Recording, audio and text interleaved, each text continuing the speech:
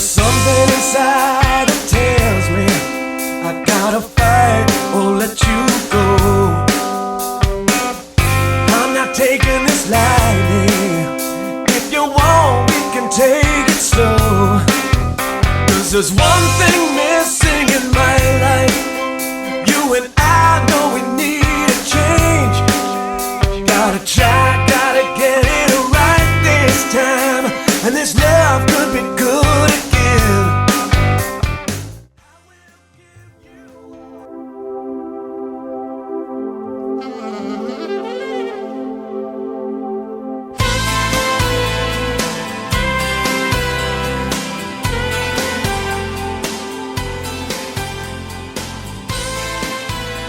Welcome to Art in Action. I'm Robin Ann Peters. We're talking with Tommy Gimbel today. He's a Boston boy, believe it or not.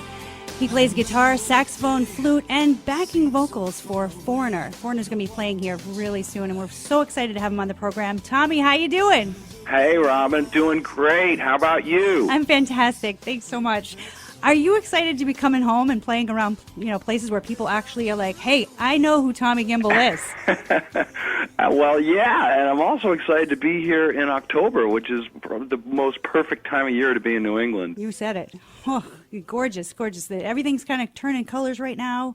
Yeah. Oh, I dream about this time of year. Now, do you still live actually around this area, or because you're in Foreigner now, you've got, the penthouse suite somewhere and all that? Oh, yeah, giant place in Beverly Hills, the whole bit, yeah. Swimming pool, a tennis court, actually, and we're putting in a snowmobile track. Oh. But no, my mom's still in Connecticut, so I spend a lot of time with her up there, and the rest of the time we're on the road. And, yeah, if I have a couple days off, I do go to Los Angeles. I have a nice little, just a crash pad out there, a place to recharge the batteries. But my heart's still in New England. Right on. This is the place to be for a lot of reasons, actually. I know a while back, actually in 1995, I'm going to go back a little ways for you. Sure. There's an interview that I read from you there that said, I don't know yet. I think I will play on the next album of Aerosmith and with an assembly of acid jazz band, but I have the option of becoming a permanent member of Foreigner. Can we confirm that you are a permanent member of Foreigner now?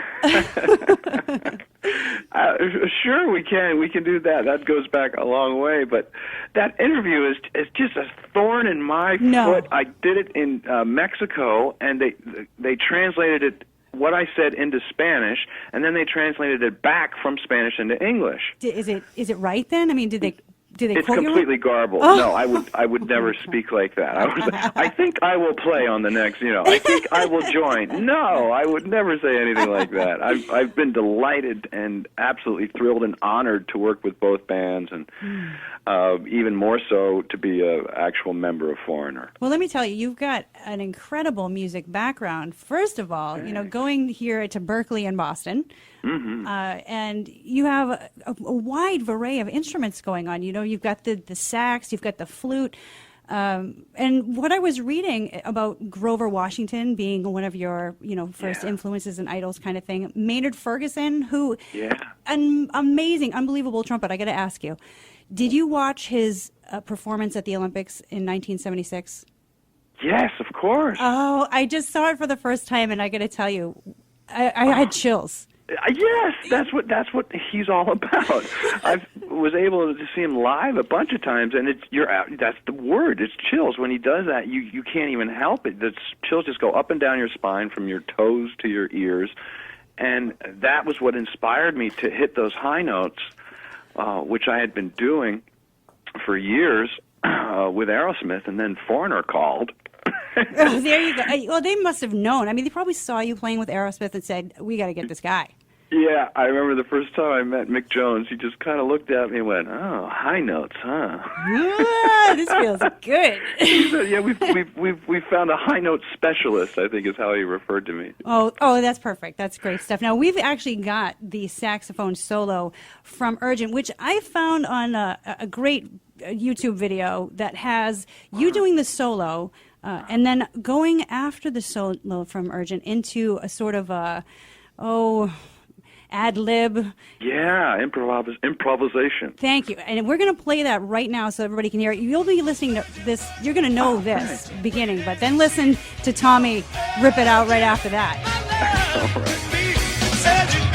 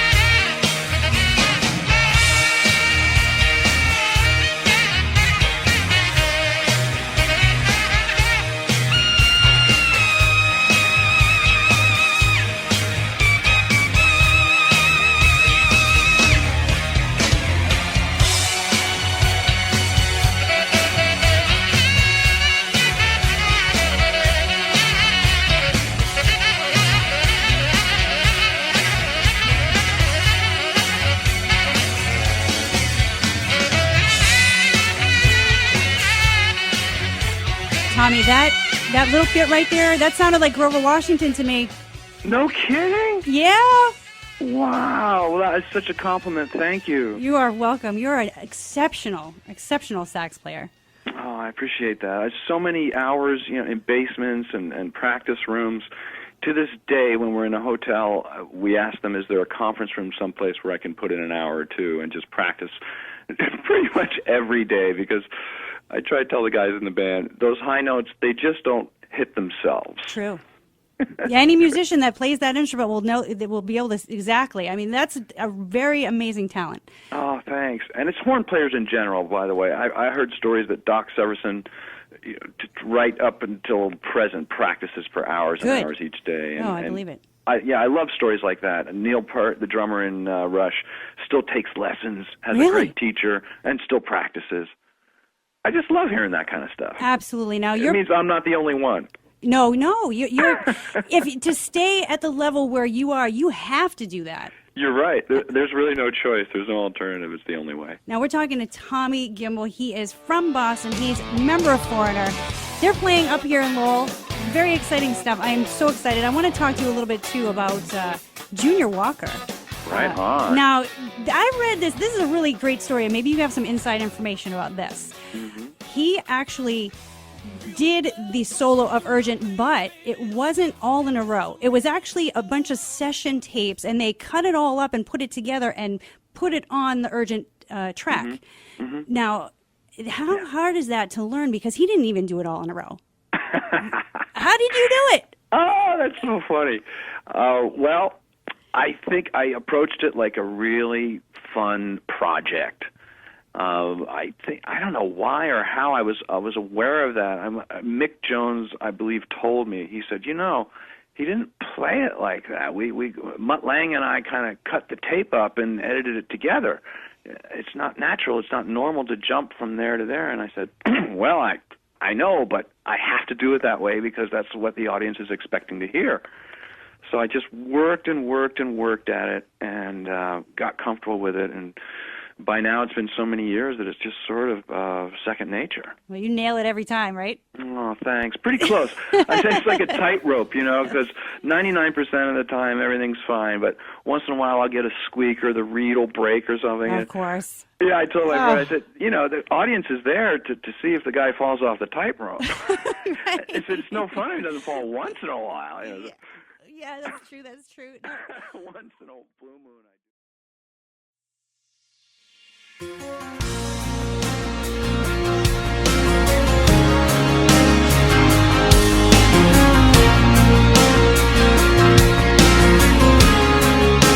See you in my dreams. You feel so close to me. There's nowhere